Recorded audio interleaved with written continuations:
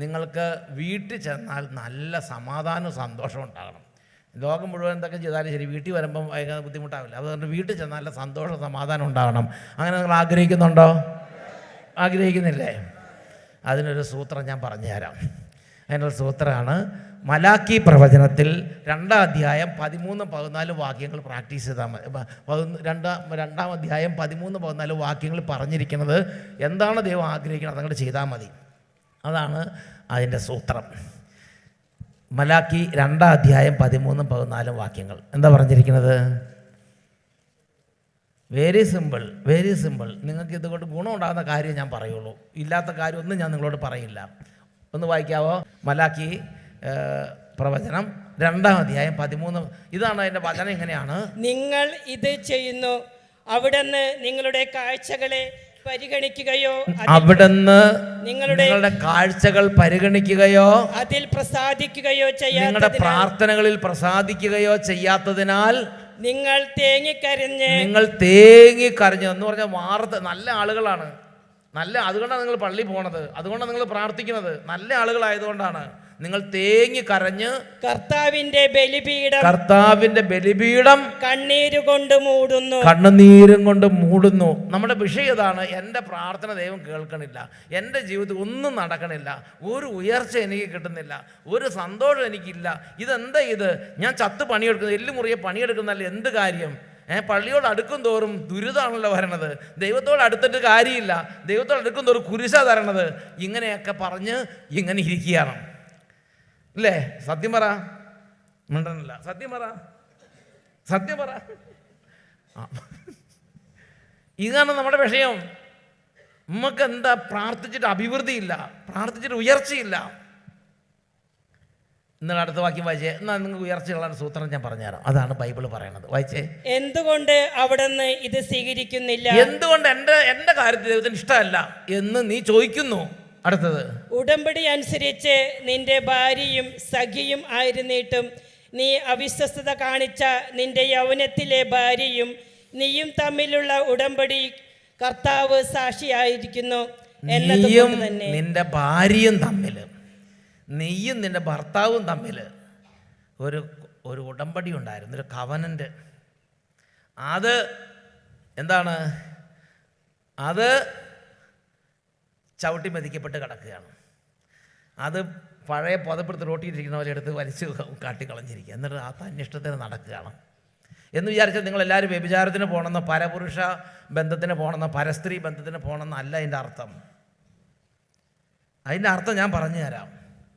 നിങ്ങൾ കല്യാണം കഴിച്ചാൽ നിങ്ങളുടെ ഭർത്താവ് ആ വീട്ടിൽ വന്നിങ്ങനെ വിഷമിച്ചിരിക്കുക, അല്ലെങ്കിൽ ആ വീട്ടിൽ നിന്ന് പോകുമ്പോൾ വിഷമിച്ച് പോവുക.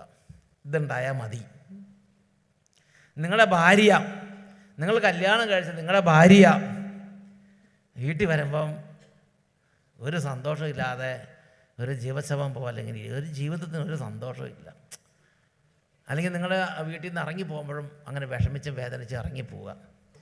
നിങ്ങളുടെ ജീവിത പങ്കാളി ഇങ്ങനെ വേദനിക്കുകയും വിഷമിക്കുകയും ചെയ്യുന്നൊരു അന്തരീക്ഷമാണ് നിങ്ങളുടെ ജീവിതത്തിലുള്ളതെങ്കിൽ എൻ്റെ പ്രിയപ്പെട്ട ദൈവമക്കളെ, ഭയങ്കര ബുദ്ധിമുട്ടായിരിക്കും പരീക്ഷ പാസ്സാകാൻ.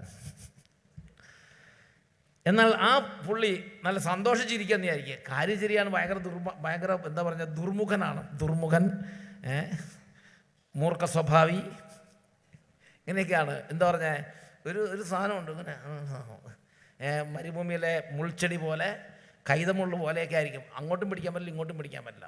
ഇങ്ങനെ നമ്മൾ അതിൻ്റെ ഇടയിൽ കൂടെ നമ്മൾ നിൽക്കേണ്ടി വരും. അങ്ങനത്തെ സ്വഭാവം തന്ന് എന്ത് ചെയ്യാൻ പറ്റും? നമ്മുടെ ഭാര്യയുടെ സ്വഭാവം അങ്ങനെ ആയിപ്പോയി, അല്ലെങ്കിൽ നമ്മുടെ ഭർത്താവിൻ്റെ സ്വഭാവം അങ്ങനെ ആയിപ്പോയി. എന്ത് ചെയ്യാൻ പറ്റും?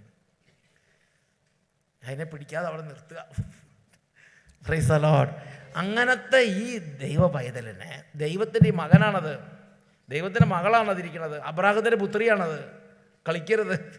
ഈ അബ്രാഹത്തിൻ്റെ പുത്രീനെ മാനിക്കുക. പറ്റുമെങ്കിൽ അബ്രാഹത്തിൻ്റെ പുത്രിക്ക് ഇടയ്ക്ക് ബ്രേക്ക്ഫാസ്റ്റൊക്കെ ഉണ്ടാക്കി കൊടുക്കുക, തുണിയൊക്കെ അലക്കി കൊടുക്കുക. നിങ്ങൾ വിചാരിക്കും തീരെ മോശമാണ്. ഞാനങ്ങനെയാണ് വിചാരിച്ചിരുന്നത്. എനിക്ക് ഇതനുസരിച്ച് അങ്ങനെ ഒന്നും ചെയ്യാൻ പാടില്ലെന്നാണ് വിചാരം. പക്ഷെ അങ്ങനെയല്ല. ഭർത്താവിനെ അതുപോലെ ചെയ്തു കൊടുക്കണം. ഭർത്താവിന് നല്ല സ്നേഹം അങ്ങോട്ട് കൊടുക്കുക, ഭാര്യയ്ക്ക് നല്ല സ്നേഹം അങ്ങോട്ട് കൊടുക്കുക. അന്ന് തൊട്ട് നിങ്ങളുടെ പ്രാർത്ഥനാ ജീവിതം അങ്ങോട്ട് മാറും. അന്ന് തൊട്ട് നിങ്ങളുടെ സാമ്പത്തിക ജീവിത മേഖലകൾ നിങ്ങൾ വിചാരിക്കുന്ന പോലെയല്ല, അങ്ങോട്ട് വ്യത്യാസപ്പെടും. അന്ന് തൊട്ട് നിങ്ങളുടെ ഹൃദയത്തിൻ്റെ സമാധാനം കടലല പോലെ ഉയരും. ഇവിടെ നിന്ന് നിൽക്കില്ല, കടലല പോലെ ഉയരും. ഞാനത് നിങ്ങളോട് പറയാൻ കാരണം ബൈബിളിൽ അങ്ങനെ എഴുതിയിട്ടുള്ളതുകൊണ്ട് നിങ്ങളത് പ്രാക്ടീസ് നോക്കൂ. ഐ ചലഞ്ച് ചെയ്യും. നിങ്ങൾ ഈ ബൈബിൾ എഴുതിയിരുന്ന പ്രാക്ടീസ് നോക്കിയേ, സംഭവിച്ചിരിക്കും. കാരണം ഈ ബൈബിളിൽ എഴുതിയിരിക്കുന്ന ഓരോ വാക്കും അതുപോലെ സംഭവിക്കും എന്ന് വിശ്വസിക്കുന്ന ആളാണ് ഞാൻ. ദൈവത്തിൻ്റെ ഓരോ വാക്കും സത്യം എന്ന് തെളിയും. ഞാൻ ഓർക്കുന്നുണ്ട്, ഷാജി എന്ന് പറഞ്ഞൊരു മനുഷ്യൻ. ആ മനുഷ്യൻ്റെ ജീവിതത്തിൽ ഇതൊന്നും പറഞ്ഞു കൊടുക്കാൻ ആരും ഉണ്ടായിരുന്നില്ല.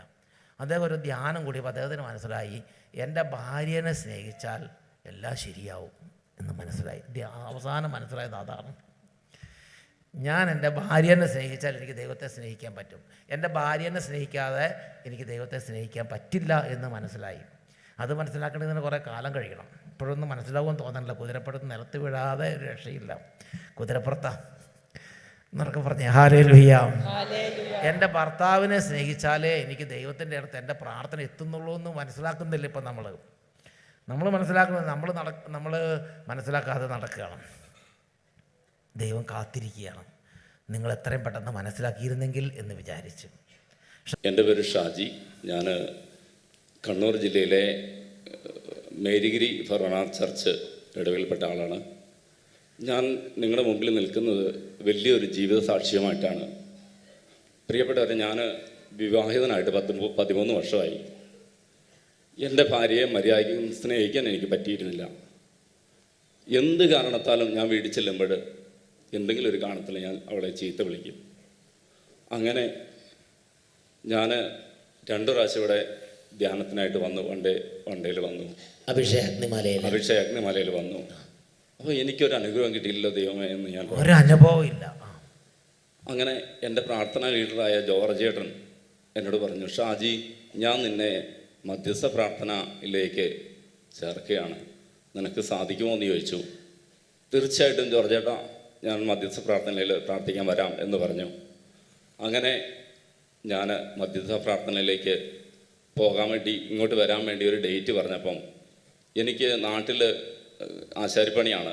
അപ്പം എൻ്റെ പെങ്ങൾക്ക് ഡൽഹിയിലൊരു കടയുണ്ട്.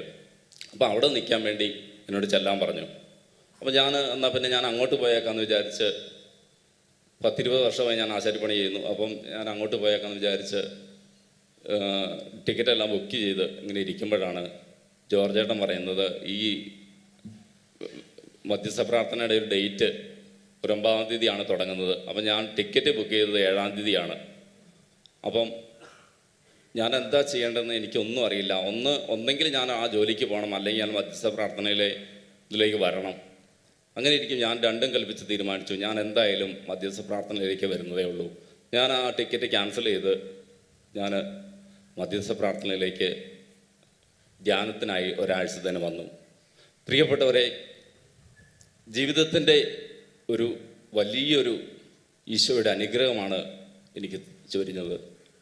ഞാൻ ആ ധ്യാനത്തിൽ പങ്കെടുത്ത് വീട്ടിലേക്ക് ചെന്നപ്പോൾ, പ്രിയപ്പെട്ടവരെ, എനിക്കറിയില്ല എൻ്റെ ഭാര്യയോടുള്ള ആ സ്നേഹം, എൻ്റെ മക്കളോടുള്ള ആ സ്നേഹം എനിക്ക് പ്രകടിപ്പിക്കാൻ കഴിഞ്ഞത്. അവളെ ആ ചീത്ത വിളിക്കുന്ന ദൈവമേ, ഞാൻ എൻ്റെ നാവ് കൊണ്ട് ഇത്രയും നാളെ ഞാൻ ചീത്ത വിളിച്ചു പോയല്ലോ എന്നറിയാതെ പറഞ്ഞു പോയി. അന്ന് ഇവിടുന്ന് പറഞ്ഞു, ഇതാ നിനക്ക് പറ്റിയ ഇണയാണ് നിനക്ക് ഞാൻ തന്നിരിക്കുന്നത്, നീ അവളുടെ കണ്ണുകളിലേക്ക് നോക്ക്, ഇതാ നിൻ്റെ കണ്ണുകളല്ലേ അവളുടെ കണ്ണുകൾ.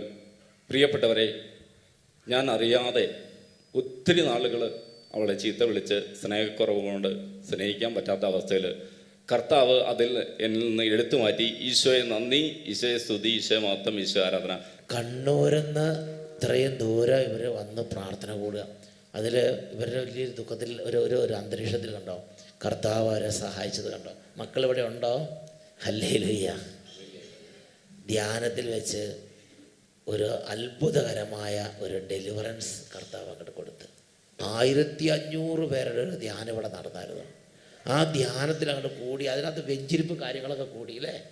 അത് കഴിഞ്ഞ് തിരിച്ചു വന്നപ്പോൾ അച്ഛൻ പറഞ്ഞായിരുന്നു, അന്ന് ഈ ചീത്ത പറയുന്നവരുടെ നാക്കിൻ്റെ കെട്ട് ഇടുന്നുണ്ടെന്ന് പറഞ്ഞിരുന്നു നാക്കിന്. ഈശോ ആ ഒരു ബന്ധം ഇന്ന് കുറേ നാവിന് കെട്ടിടാൻ പോവാണ്. നാക്കിനെ പിടിച്ച് കെട്ടിക്കളഞ്ഞു. ഹല്ലേലൂയ. കർത്താവ് എന്തായാലും അതിന് ശേഷം ഹൃദയം തെളിഞ്ഞു. ശരിക്കും ഭാര്യ പഴയത് ഭാര്യ തന്നെ. അതെ അതെ. പക്ഷേ നമ്മുടെ സ്വഭാവം കൂടെ തെളിഞ്ഞു. ഭാര്യനെ കാണുമ്പം എന്തെന്നില്ലാത്തൊരു സ്നേഹം. ഈ കിണറ്റിൽ ഉറവേ ഇങ്ങനെ വരില്ല, അതേമാതിരി ഉള്ളിൽ നിന്നൊരു സ്നേഹം ഇങ്ങനെ വരിക. എല്ലാ ദിവസവും രാവിലെ പള്ളിയിൽ പോകാനുള്ള ഒരു കൃപയാണ് അതിലൂടെ എനിക്ക് കിട്ടിയിരിക്കുന്നത്. അങ്ങനെ ഭാര്യനെ സ്നേഹിക്കാൻ തുടങ്ങിയപ്പോൾ അടുത്ത കൃപ ഈശോ അങ്ങോട്ട് കൊടുത്ത് എന്ത് ഡെയിലി ദേവാലയത്തിൽ പോകാനും. തൊട്ടടുത്ത് പള്ളിയുണ്ട്, പക്ഷെ എന്നാലും ഞാൻ പോവുകയല്ല. ഇപ്പം എനിക്ക് അതിലേക്ക് ഈശോ വിളിച്ചിരിക്കുകയാണ് ദൈവം. കർത്താവ് വളരെ വളരെ പ്രകടമായി ഇടപെട്ടു. കുട്ടികൾക്കെല്ലാം സന്തോഷമാണോ? പപ്പ ഇപ്പൊ വീട്ടിൽ വന്നിട്ട് എങ്ങനെയാ, ശരിക്കും നല്ല പപ്പയാണോ? നല്ല പപ്പയാണ്. പഴയ വഴക്കൊക്കെ ഉണ്ടോ? ഇല്ല. ഇത്രയും കാലമായിട്ട് വീടിൻ്റെ തൊട്ടടുത്ത് 2 മിനിറ്റ് കിടന്ന പള്ളിയാണ്. പള്ളിയിൽ പോവില്ല, പ്രാർത്ഥിക്കില്ല. പിന്നെയോ സന്ധ്യാപ്രാർത്ഥനയ്ക്ക് കയറിയല്ല, വീട്ടിൽ വന്ന തെറി. അതുകൊണ്ട് വൈഫിനും ജീവിതത്തിൻ്റെ സന്തോഷമില്ലായി, ഇദ്ദേഹത്തിനുമില്ല, സാമ്പത്തികമായി ഒന്നുമില്ല, പഠിക്കാനും പറ്റില്ല, പിള്ളേർക്ക് പഠിക്കാനും പറ്റുന്നില്ല. ഇതായിരുന്നു സ്ഥിതി. എന്നാൽ ആ ധ്യാനത്തിൽ വെച്ച് നല്ലൊരു ഡെലിവറൻസ് കൊടുക്കുന്നത് പിശാച് ഒഴിഞ്ഞു പോയി. തെറി പറയണ പിശാച് ഒഴിഞ്ഞു പോയി. പിന്നെ ആ നാവ് കൊണ്ട് തെറി പറയാൻ പറ്റുന്നില്ല. പിന്നെ മാത്രമല്ല, വൈഫിനെ സ്നേഹിക്കാനൊരു കൃപ അങ്ങോട്ട് കിട്ടി. വൈഫിനെ അന്ന് തൊട്ട് ആധ്യാത്മിക ജീവിതം അങ്ങോട്ട് മാറി. വൈഫിനെ സ്നേഹിക്കുന്ന കുടുംബജീവിതമുണ്ട്, അതവിടെ കിടക്കട്ടെ, അത് വേറെ ഭാഗത്ത് അനുഗ്രഹം പ്രാപിച്ചു. അതിനേക്കാളും അദ്ദേഹം പറഞ്ഞത് പിന്നെ ആധ്യാത്മിക ജീവിതം മാറി. പിന്നെ അദ്ദേഹം പ്രാർത്ഥിക്കുന്നതൊക്കെ ദൈവം മറക്കൾ ചെയ്യാൻ തുടങ്ങി. അദ്ദേഹത്തിന് പിന്നെ നല്ല പ്രാർത്ഥന അനുഭവമായി. പള്ളി പോകാൻ തോന്നുകയാണ്, കുർബാനയ്ക്ക് പോകാൻ തോന്നുന്നു, ദേവാലയത്തിലേക്ക് പോകാൻ തോന്നുന്നു. അദ്ദേഹത്തിന് പ്രാർത്ഥിക്കാനുള്ള ബ്ലോക്ക് മാറി.